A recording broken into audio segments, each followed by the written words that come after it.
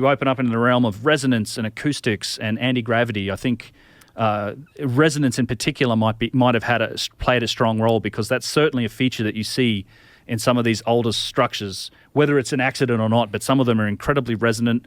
The Great Pyramid generates a tone just on its own that comes from the earth in there.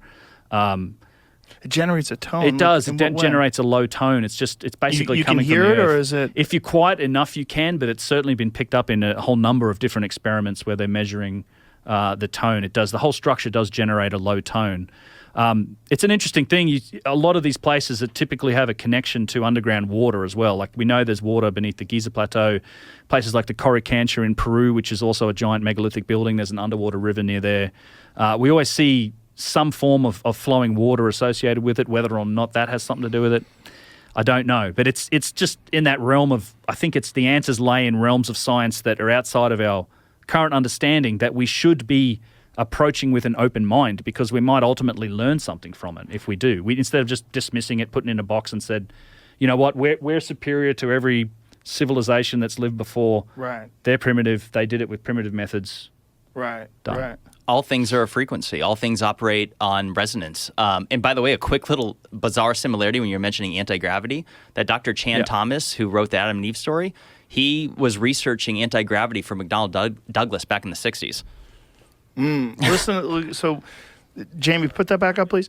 A recent study published on Ancient Origins website claims that the ancient Egyptians benefited from the sound in the construction of the Great Pyramid of Giza and relied on the discovery of a dead end in the rock inside the pyramid room as a tube of acoustic resonance that generates ultrasonic waves at a base frequency within 5 hertz. This raises the questions of the importance of ultrasound for the ancients, and can we find the use of sound waves between ancient cultures elsewhere in the world?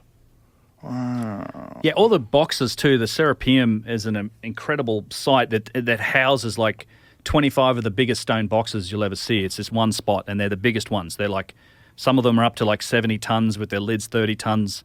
And I've been there with some people that have been measuring like the frequency resonance range inside there. So what range are you generating standing waves? And they all seem to have a very similar resonance tone to them.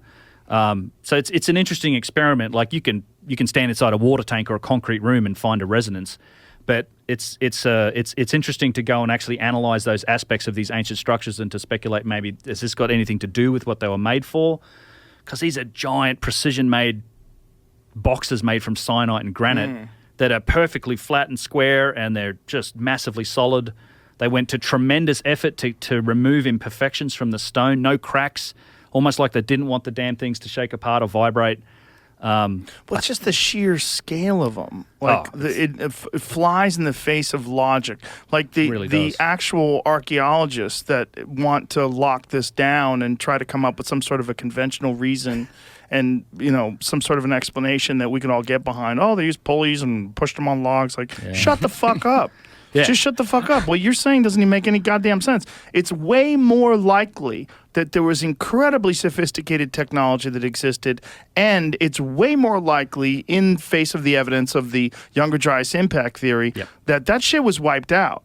And that we're talking about a really advanced civilization that lived a long time ago that's more advanced than we are today, but moved in a different direction. Like we moved in the direction of combustion engines and electronics, and they moved in some other direction, but achieved maybe many thousands of years more sophistication in that direction than we have with our internal combustion engines and electricity and all the shit that we use. And it's important for people to understand that these primitive methods that are suggested and pushed very hard by the, quote, mainstream, they don't test any of these. Like, show me them moving, 1,000-ton stone on logs. Let's see that. They've never cut one single box, like you said, in half, or even completed one single average-sized box, or any box. And when I say box, I'm talking about a stone block with the primitive methods. Well, you have shown that they've moved that 1,000-ton stone. Right. The Thunderstone, yeah. But there's no, again, they weren't using but it's railway not tracks and ball nearly bearings. And a ball bearings. Sophisticated, but also the way it's constructed, it's just a rock. It's not like this amazing obelisk that's carved out of a mountain 1,000 miles away. There's nothing like that. Right. There's also no evidence for it in dynastic Egypt. That's the other thing. They can't the earliest parts of, look, the crazy thing about it is in the Old Kingdom, the mainstream archaeologists, there's some disagreement on this, but in general, they don't grant them the ability to even quarry granite. They say that in the Old Kingdom, they couldn't quarry granite. They made all of their granite artifacts from surface granite. It's the craziest thing. No wheel, no use of the wheel. Never in the Egyptian civilization did they grant them the use of the pulley. It was literally human horsepower, ropes, levers, and wooden sleds. That's it. The Romans came along and the Greeks, and they started using pulleys and force multipliers and stuff like that, but there's no evidence for that in the dynastic Egyptian civilization. Have you ever had a conversation with all the information that you have at your disposal, like right off the top of your head? Have you ever had a conversation with a conventional archaeologist that wants to argue this with you? Online, on email a couple times, but not in life. What do they say on email? It's a lot of it is. I want to keep my job. That's what they say. I think there's a bit of that. If you read my textbook, it has all the answers. Shit.